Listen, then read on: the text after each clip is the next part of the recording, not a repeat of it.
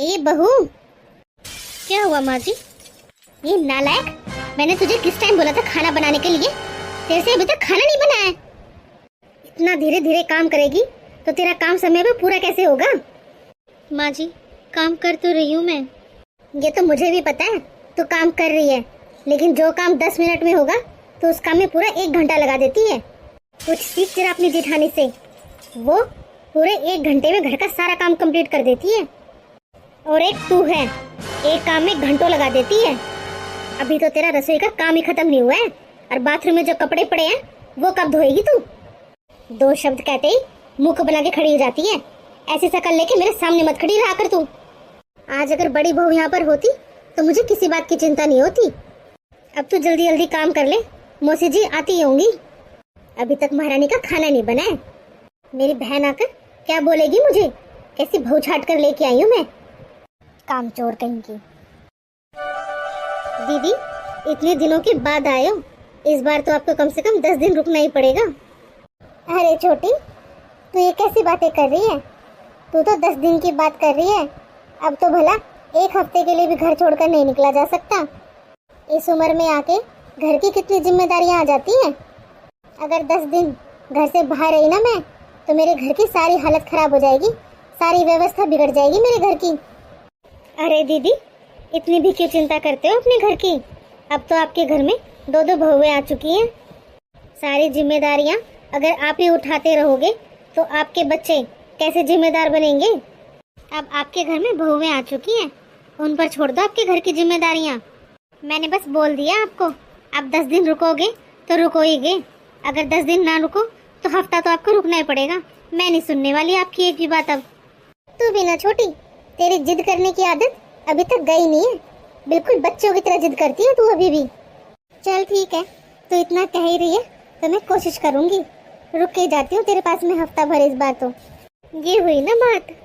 दीदी, आज आपको एक बात बोलूंगी। जब आप मेरे आसपास रहते हो ना, मेरे साथ रहते हो, तो मुझे माँ और पिताजी की कमी बिल्कुल भी महसूस नहीं होती। बहू, ओ काजल बहू। जी माँ जी। बहू, अगर खाना बन गया हो तो जल्दी से खाना लगा दे तू। माँ जी, खाना तो पूरा तैयार है, बस रायता रहता है। 4 घंटे से रसोई में खड़ी है और बोल रही है कि रायता रहता है। अरे तेरे भरोसे तो इंसान भूखा ही रह जाए।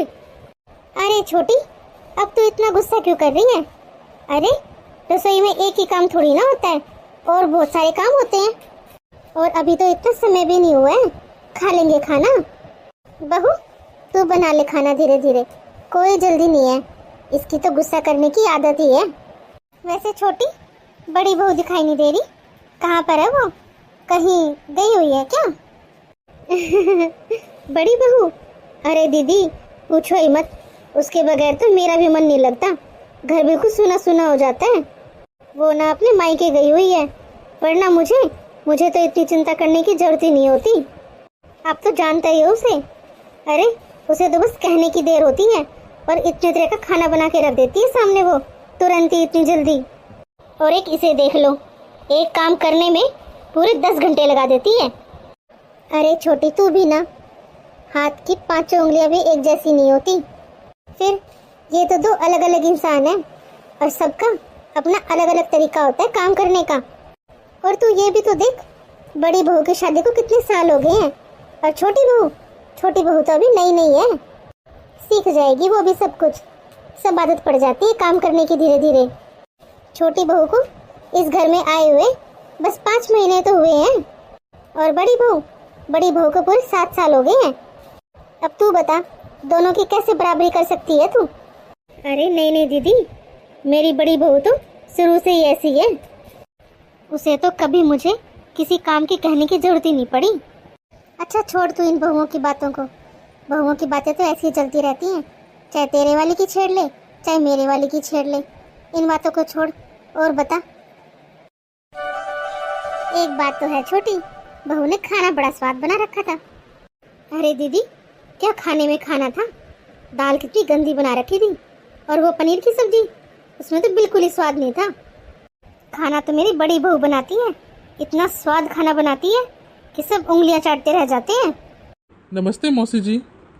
नमस्ते बेटा, खुश रहे। राघव, क्या बात है बेटा, तू ऑफिस से इतनी जल्दी कैसे घर आ गया? मम्मी, मुझे विदेश से है ना बहुत अच्छी नौकरी का ऑफर मिला है। अरे वाह बेटा, ये तो बहुत ही अच्छी बात है। सच में बेटा, ये तो बहुत बड़ी खुशखबरी है। अरे कितनी मेहनत करते हैं लोग, उन्हें फिर भी मौका नहीं मिलता विदेश जाने का, और तुझे घर बैठे ही ऑफर मिल गया। अरे वाह बेटा, सच में बहुत बड़ी खुशखबरी सुनाई है तूने तो। हाँ बेटा, सच में ये तो बहुत खुशी की बात है। लेकिन मम्मी, मैं सच में बहुत कंफ्यूज हो रखा हूँ। एक मन कर रहा है कि बस यहीं पर रहकर अपनी जॉब को अच्छे से करूँ, और एक मन कर रहा है कि ऐसा मौका बार बार नहीं मिलता, मुझे जाना चाहिए। आप बताओ मम्मी, मैं क्या करूँ? बेटा, इसमें सोचने वाली कौन सी बात है? तेरा बड़ा भाई कब से कोशिश कर रहा है विदेश जाने के लिए, उसका आज तक नंबर नहीं लगा, और तुझे ये ऑफर मिला है तो तुझे जरूर जाना चाहिए। हाँ हाँ बेटा, तेरी मम्मी बिल्कुल सही कह रही है, ऐसे मौके बार बार नहीं मिलते हैं। ये यहाँ रहकर भी तो अच्छा खासा कमा रहे हैं, विदेश जाने की क्या जरूरत है इनको? इन्होंने एक बार भी मेरे बारे में नहीं सोचा। अरे काजल, तुम यहाँ पर? मुझे तुम्हें एक बहुत अच्छी खुशखबरी सुनानी है। अरे काजल, तुम्हें क्या हो गया? तुम सुनो तो, एक बहुत अच्छी गुड न्यूज़ है। और तुम ऐसे मुंह लटका कर खड़ी हो यहाँ पर, क्या हुआ? आप जब मम्मी जी और मौसी जी से बात कर रहे थे तब मैं ड्राइंग रूम में आई थी, और मैंने आप सबकी बातें सुन ली थी। मैं जानती हूँ क्या है गुड न्यूज़। अगर तुम जानती हो गुड न्यूज़ क्या है, तो तुम ऐसे मुंह लटका कर क्यों खड़ी हो? तुम्हें तो खुश होना चाहिए ना। तुम्हें पता है, यह मौका हर किसी को नहीं मिलता, और वो लोग मुझे सैलरी भी 5 गुना दे रहे हैं वहाँ पर। इससे काजल, हमारा आने वाला भविष्य ही अच्छा होगा ना। देखिए जी, मुझे नहीं चाहिए आपकी 5 गुना कमाई, 4 पैसे कमाओ, लेकिन यहीं रहो। मैं आपके बिना नहीं रह सकती। बेशक से 2 पैसे कम कमाओ, लेकिन हम साथ में तो है ना। काजल, मैं हमेशा के लिए थोड़ी ना जा रहा हूँ, बस 1.5 साल के लिए ही तो जाना है। अब हमारा परिवार बढ़ने वाला है, और मैं अपने बच्चे को एक बहुत अच्छा और उज्जवल भविष्य देना चाहता हूँ। आप जानते हो ना जी, 3 महीने बाद मेरी डिलीवरी है, और आप बताइए मुझे कैसा लगेगा जब आप ही मेरे साथ नहीं होगे। 1.5 साल बहुत ज़्यादा होता है जी। काजल, अगर तुम्हें मेरा साथ नहीं दोगी तो और कौन देगा? बस 1.5 साल की तो बात है, उसके बाद मैं यहाँ पर वापस ही तो आ जाऊँगा तुम्हारे पास, हमेशा के लिए। मैं भी चाहता हूँ कि जब मेरा बच्चा इस दुनिया में आए तो मैं उसके साथ ही रहूँ। लेकिन तुम समझो ना काजल, ऐसा मौका ज़िंदगी में बार बार नहीं आता, और अगर तुम ऐसे करोगे ना तो शायद से मैं जा भी ना पाऊँ। ठीक है जी, जैसा आपको अच्छा लगे, लेकिन आप मुझसे प्रॉमिस कीजिए कि 1.5 साल के बाद आप फिर कभी विदेश नहीं जाओगे, यहीं पर रहोगे हमारे साथ ही। हाँ काजल, तुम जैसा कहोगी वैसा ही होगा। छोटी, तुम यहाँ पर क्या कर रही हो किचन में? और तुम्हारा ध्यान कहाँ पर है? बाहर माँ जी, मौसी जी, पापा जी सब लोग खाने के लिए वेट कर रहे हैं। तुमने खाना बना दिया क्या? और ये क्या हाल बना रखा है तुमने अपना? बस दीदी, अभी बना कर लाती हूँ मैं। लेकिन तुमने ये क्या हाल बना रखा है अपना? छोटी, देवर जी विदेश में तुम्हारे लिए तो पैसे कमाने गए हैं, वो क्या कुछ और करने गए हैं वहाँ पे? कैसी पत्नी हो तुम? तुम्हें तो खुश होना चाहिए, तुम्हारा पति 4 पैसे कमाने गया है विदेश में। लोगों के सपने होते हैं विदेश जाने के, और तुमने देखो जरा क्या हाल बना रखा है अपना। और पता है, ऐसी शक्ल और ऐसे मन से अगर तुम खाना बनाओगी तो खाने में स्वाद कहाँ से आएगा? तुझे सुनाई भी दे रहा है मैं क्या कह रही हूँ तुझे? हैं? तू माँ बनने वाली है और तू हमेशा ऐसे ही मुंह लटका के रहती है। तुझे तो हमेशा खुश रहना चाहिए। देख, पहले तू अपना ये मुंह ठीक कर ले और जल्दी से खाना बना दे सबके लिए। सबको भूख लग रही है। ठीक है दीदी, बस अभी बना के लाती हूँ। पता ही नहीं कैसी मनूसियत फैला रखी है सारे घर में। अरे इसका पति कोई अनोखा गया है कि विदेश कमाने के लिए? और वैसे भी अगर कुछ पैसे कमा के भी लाएगा तो इनके लिए तो लेके आएगा, वो कौन सा हमें दे देगा? एक तो ऐसा समय चल रहा है और ऊपर से ये भी पास में नहीं है। लेकिन इस घर में किसी को भी कोई फर्क नहीं पड़ता। हर वक्त कुछ ना कुछ सुनाते रहते हैं। और ये माँ जी दीदी से किसी काम की नहीं कहती है। हर काम मैं तो करती हूँ, फिर भी हर वक्त आने देने ताने मारते रहते हैं मुझे। ये यहाँ पर थे तो मैं इन्हें हर बात बता तो सकती थी। वहाँ विदेश में तो इन्हें कुछ बात भी नहीं बता सकती, क्योंकि मैं नहीं चाहती मेरी वजह से इनको कोई भी टेंशन हो। माँ जी, जब से मौसी जी घर से गई हैं, घर कितना सुना सुना सा लग रहा है। हाँ बहू, कहते तो सही रही है। मौसी जी के जाने से इन्हें घर सुना लग रहा है, लेकिन अपने बेटे से नहीं। मम्मी का फ़ोन। हेलो, नमस्ते मम्मी, कैसे हो? हाँ बेटा, मैंने इसलिए फ़ोन किया है, तेरे बुआ जी के बेटे की शादी है ना। तेरी बुआ जी के बहुत सारे फ़ोन आ चुके हैं और उन्होंने स्पेशल कहा है कि तुझे शादी में ज़रूर जाना है। तो फिर बता, तू कब आ रही है शादी में? अरे हाँ मम्मी, अगर बुआ जी इतना बुला रही है ना तो मैं ज़रूर आऊँगी। ना ना, माँ जी कुछ नहीं कहेंगी, वो मुझे बहुत प्यार करती हैं। हाँ मम्मी, हाँ ठीक है, मैं बताती हूँ मम्मी आपको। अरे बहू, क्या कह रही थी तेरी मम्मी? माँ जी, वो मेरी मम्मी का फ़ोन था। मेरी बुआ जी के बेटे की शादी है ना, तो बुआ जी के है ना बहुत सारे फ़ोन आ रखे हैं, तो कहते शादी में ज़रूर आना है, तो बस उसी की बताने के लिए उन्होंने फ़ोन किया था। हाँ बहू, फिर चली जाना, कोई परेशानी वाली बात नहीं है, आराम से जाना।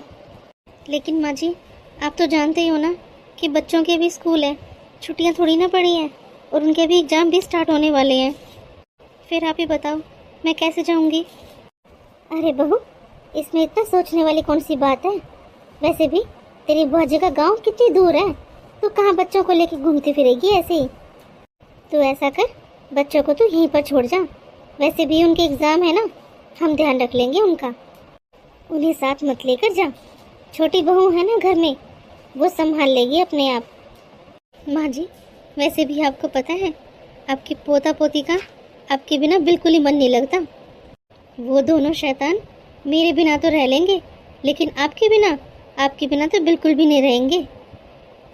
अच्छा माँ जी, आप लोग बैठो, मैं पैकिंग कर लेती हूँ, कल सुबह फिर निकलना ही पड़ेगा ना मुझे जल्दी।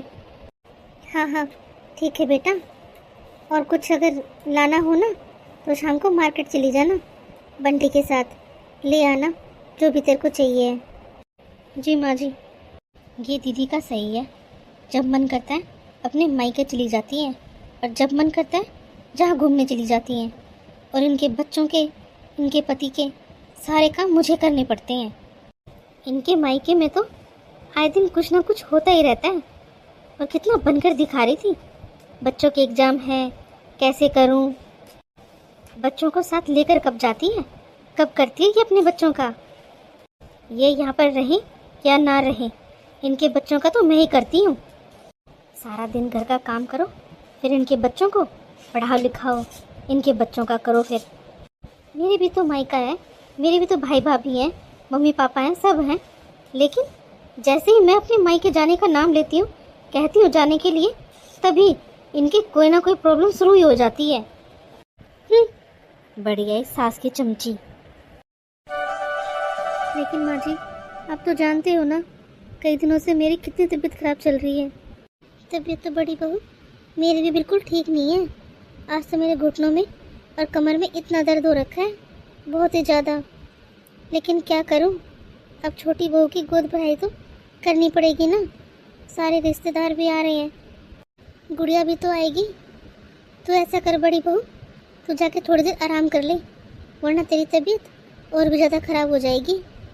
छोटी बहू, 7वां महीना शुरू हो गया है और गोद भराई की रस्म तो ज़रूरी है, ये तो अब करनी पड़ेगी। अब देख, तेरी जेठानी की तबीयत भी ख़राब हो रखी है और मेरे घुटनों में भी दर्द है, कमर में भी, लेकिन ये तो ज़रूरी है। सारे रिश्तेदार भी आएंगे, गुड़िया भी आएगी।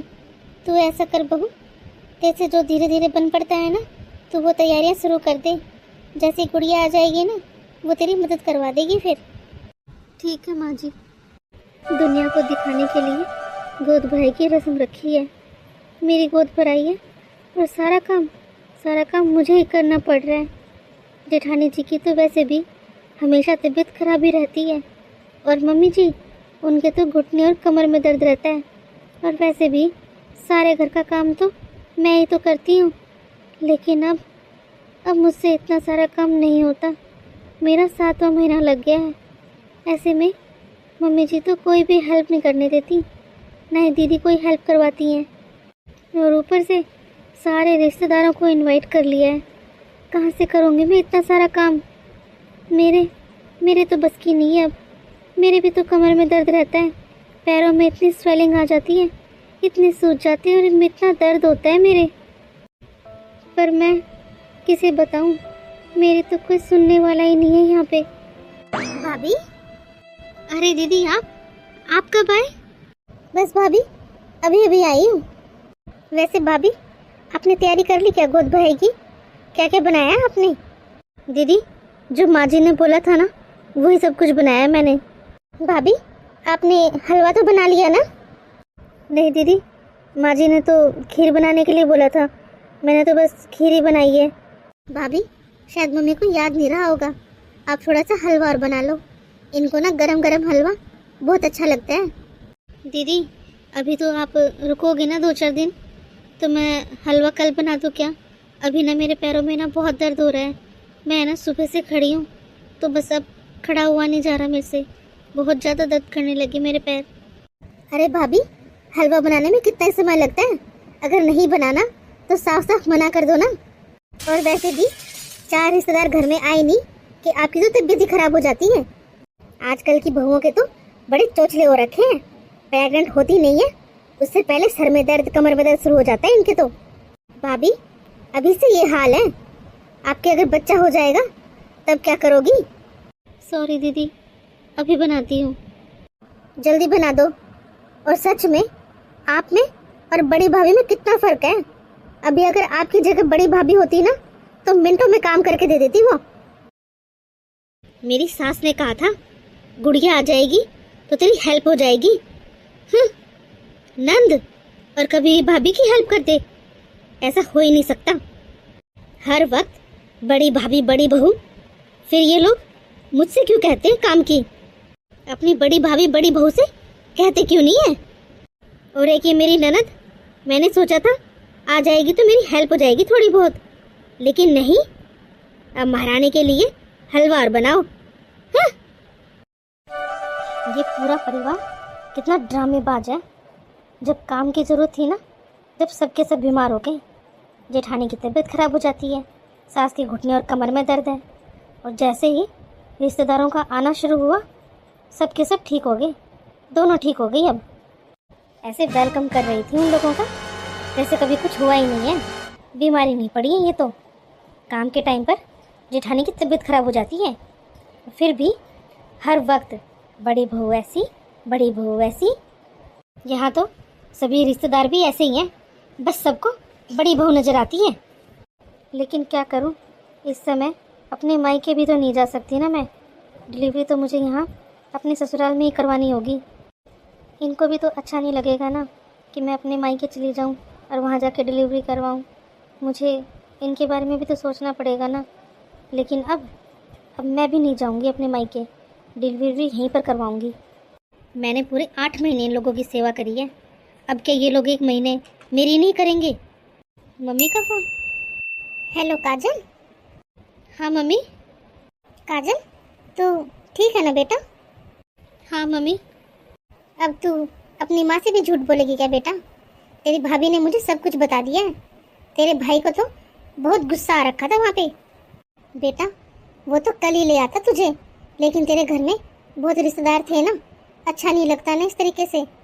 लेकिन काजल, इतने दिनों से बेटा तूने भी कुछ नहीं बताया, तो इतनी परेशान हो रखी है वहाँ पर। लेकिन बेटा अब नहीं छोड़ूंगी मैं तुझे वहाँ पर।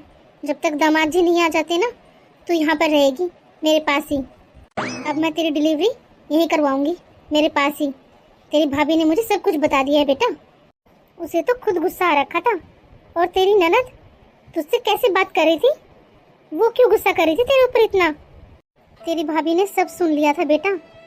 तेरी इतनी हालत खराब हो रखी है, वो तो अच्छा हुआ ना कल तेरे भाई भाभी चले गए, वरना तू तो कुछ बताती ही नहीं। नहीं मम्मी, ऐसे तो कुछ नहीं था। वो ना दीदी का थोड़ा नेचर ही ऐसा है, वो सभी से ऐसे ही बात करती है। क्यों? ऐसा व्यवहार से बस तेरे लिए ही है क्या? और तेरी जेठानी से तो सब हंस हंस के बातें कर रहे थे। तेरी भाभी ने बेटा मुझे सब कुछ बता दिया है। उस घर में बस तेरी जेठानी की चलती है। मेरी बात सुन ले, तू कोई फालतू नहीं है, समझी? तेरे भाई को भेज रही हूँ और आजा। डिलीवरी का समय ना बेटा बहुत नाजुक होता है, बहुत देख रेख की जरूरत होती है। और तेरे ससुराल वालों का व्यवहार देख के मुझे नहीं लगता कि तेरा वो ध्यान भी रखते होंगे, या आगे ध्यान भी रख लेंगे वो तेरा। पर मम्मी, इस समय वहाँ पर आना मेरा ठीक नहीं है। डिलीवरी तो ससुराल में ही ठीक रहेगी ना करवानी। और मुझे पता है इनको भी अच्छा नहीं लगेगा अगर मैं अपनी डिलीवरी अपने मायके में करवाऊँ, ससुराल में नहीं। अरे बेटा, इसमें अच्छे बुरे की क्या बात आ गई? इस समय तो देख रेख की बहुत ज़्यादा ज़रूरत होती है। जब वो लोग तेरी देख रेख ही नहीं कर रहे हैं तो क्या फ़ायदा वहाँ पर डिलीवरी करवाने का? अरे मम्मी, आप तो कुछ ज़्यादा ही चिंता कर रहे हो। भाभी भी ना, पता ही नहीं उन्होंने आपको क्या क्या बताया है। मम्मी, अगर इतना ही दुख होता मुझे यहाँ पर तो मैं आपको बताती नहीं क्या? बस तू तो रहने ही दे, तू तो कभी कुछ नहीं बताती है। मम्मी, कुछ बताने लायक होगा तभी तो बताऊंगी ना। और वैसे भी आप तो इनको जानते ही हो ना, इन्हें मेरा ऐसे ही मायके जाके रहना अच्छा नहीं लगता। इन्हें बिल्कुल भी अच्छा नहीं लगेगा मम्मी। वरना मेरा भी तो बहुत मन करता है ना कि मैं आपके पास आ जाऊं, आपके पास रहूं। लेकिन मम्मी, अब तो मैं डिलीवरी के बाद ही आऊँगी आपके पास, फिर अच्छे से रह के जाऊँगी आपके साथ ही। अच्छा, पर बेटा तेरी भाभी ने मुझे जब से ये बातें बताई थी ना, मुझे तो बहुत ही चिंता हो रही थी तेरी।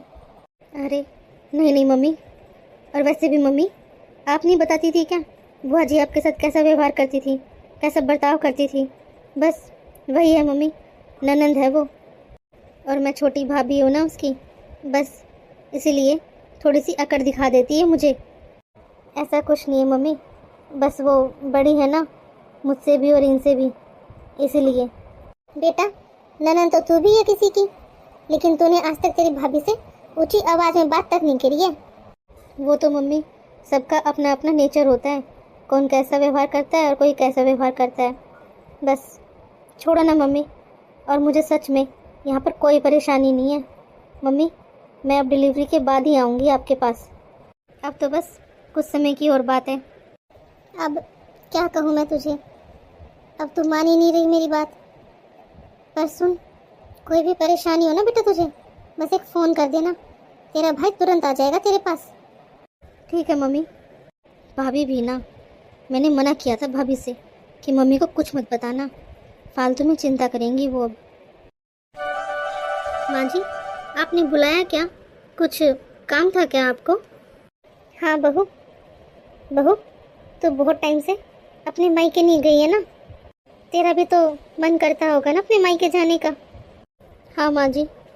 बहू, अब तेरी डिलीवरी का समय भी आ गया है, बस एक हफ्ता ही बचा है तेरी डिलीवरी को। तो इसलिए बहू तू बुला ले अपने मायके से किसी को भी, अपने भाई को बुला ले या पापा को बुला ले, और तू उनके साथ चली जाना अपने मायके। हाँ छोटी, तू आराम से अपने मायके जा और अच्छे से अपनी डिलीवरी करवा के आना।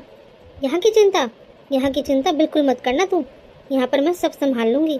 वैसे भी देवर जी तो यहाँ पर है नहीं, और बाकी घर का जो भी सारा काम है ना मैं खुद देख लूँगी। थोड़ी परेशानी होगी लेकिन कोई बात नहीं, मैं मैनेज कर लूँगी। तू चली जा अपने मायके। छोटी बहू, तू अपने मायके जाने की तैयारी कर ले, तेरा भाई अगर शाम को आ जाता है तो तू शाम को निकल जाना, क्योंकि अब अगर तू जेठ या ससुर के साथ जाएगी ना अपने मायके तो थोड़ा सा अच्छा नहीं लगेगा। इसलिए बहू तू अपने भाई को ही बुला ले आज शाम को और तुम लोग शाम को ही निकल जाना, क्योंकि बहू अभी ये आखिरी हफ्ता चल रहा है तेरा और इस समय पता नहीं चलता, बच्चा किसी भी समय हो जाएगा।